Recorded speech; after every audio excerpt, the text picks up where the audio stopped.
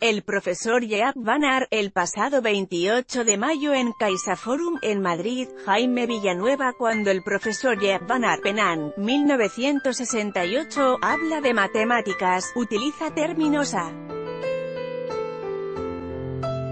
menudo vinculados con el mundo de las letras, pero no con el de los números. Para este experto, referente mundial en la enseñanza de matemáticas, aprender esta materia no es tanto hacer cálculos como interiorizar un nuevo idioma. Las matemáticas se leen, se escriben e incluso se debaten. Doctor en Educación Matemática por la Universidad Tecnológica de Nanyang, en Singapur, y profesor en el Instituto Nacional de Educación del mismo centro. Jean ha recalado esta semana en Madrid para aportar luz a una pregunta compleja: ¿cómo enseñar matemáticas en los colegios? El experto, que viaja por todo el mundo dando formación a docentes, es la cara visible de un proyecto que la editorial educativa SM y la Universidad de Alcalá pusieron en marcha el año pasado para probar en 20 colegios españoles el llamado Método Singapur de enseñanza de las matemáticas. Esta metodología, crítica con el exceso de cálculo y memorización dicen sus defensores, la enseñanza tradicional propone enseñar a los alumnos a resolver problemas por sí mismos para que así aprendan a pensar, y ha colocado a los estudiantes de Singapur a la cabeza de las pruebas de nivel internacionales en esta materia. Todas las clases de matemáticas del método Singapur comienzan de la misma manera. El profesor plantea un problema y los alumnos debaten sobre cómo resolverlo. El método implica llegar a una misma solución por distintos caminos, resume el profesor Jean. Pregunta: ¿por qué las matemáticas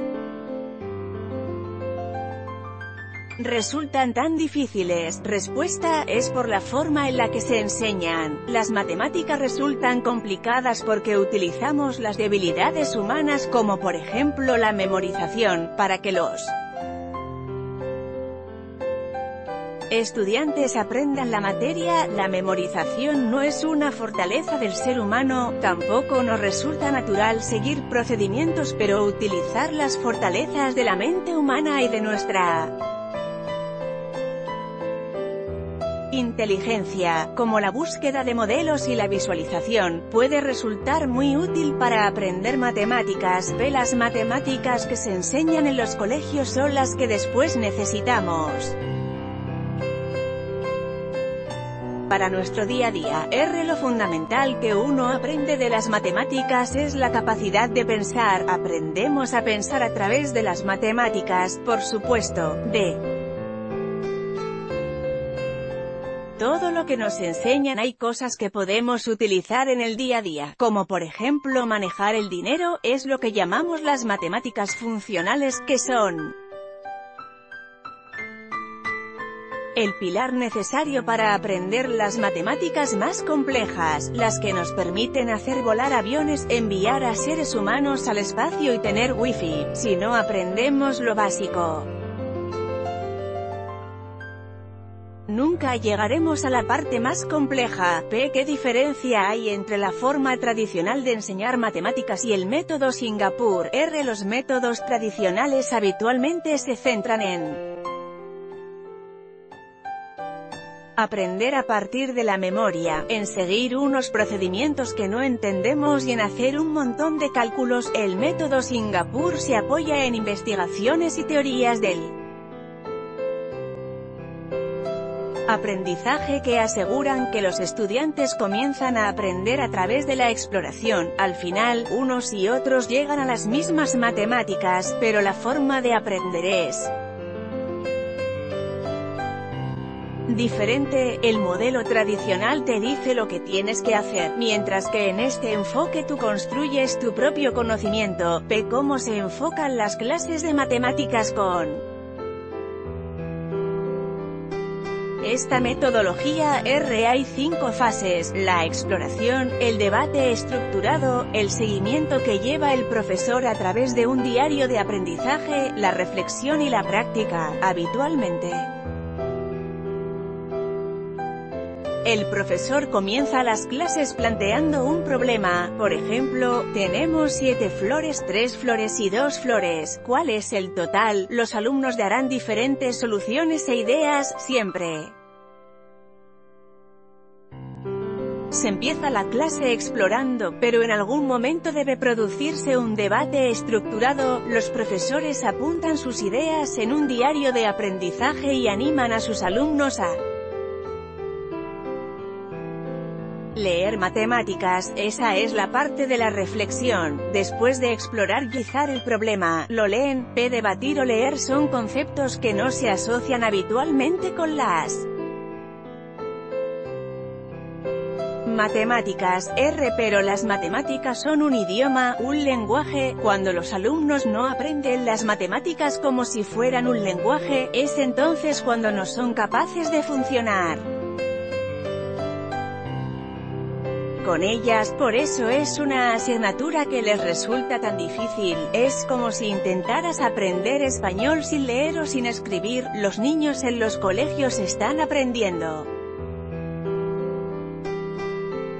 matemáticas sin saber leer y sin saber escribir. Ve qué dificultades encuentran los alumnos que nunca han recibido este tipo de clases. R. La principal dificultad es que la forma de pensar cambia. Quizás antes se sentaban en silencio y escuchaban al profesor, esperaban a que llegara y les explicara todo. Con este método ellos mismos tienen que aprender a dilucidar cada caso, y a deducir y también a escuchar a los demás y a trabajar de forma colaborativa. De todas formas, no les suele costar demasiado. A los niños les gusta trabajar con sus amigos, deducir cosas, averiguar. Quienes encuentran más dificultades son los profesores. ¿Cuál es el papel que debe asumir el profesor al enseñar matemáticas? R. Cumple 2 funciones: facilitar el aprendizaje y evaluar. El docente debe dejar que sus alumnos exploren, debe facilitar el aprendizaje, pero también debe evaluar al estudiante observándole y escuchándole. En este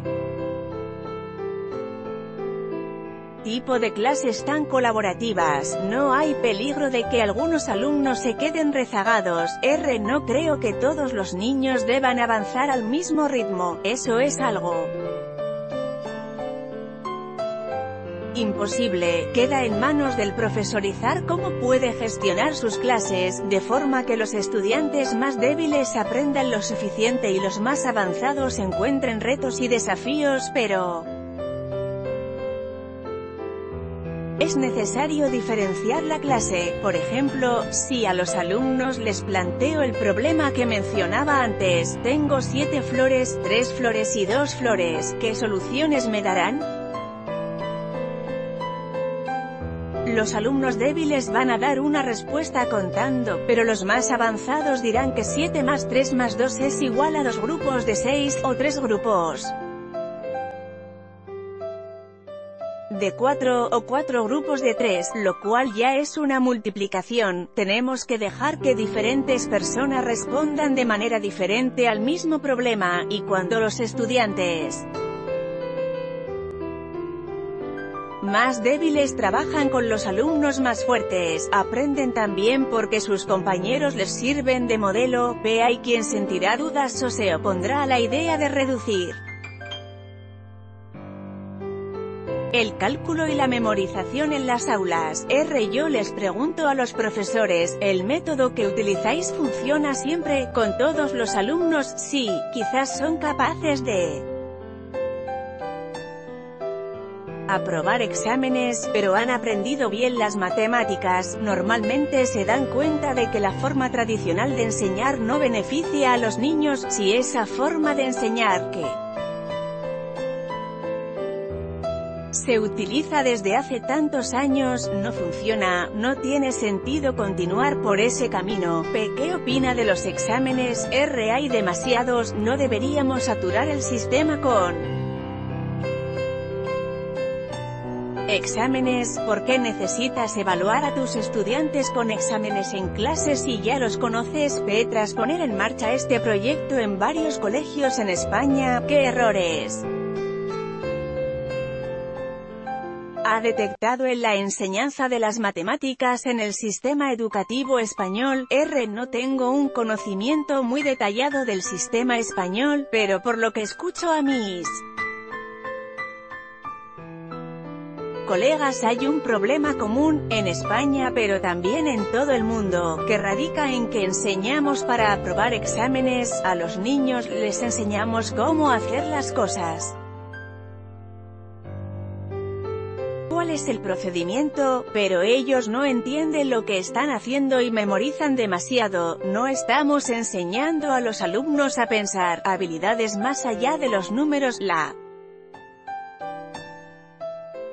mayor dificultad para el profesor es mantenerse callado. No explicamos los conceptos, sino que presentamos retos matemáticos que están en la zona de desarrollo del alumno, explica Zoraida de Armas.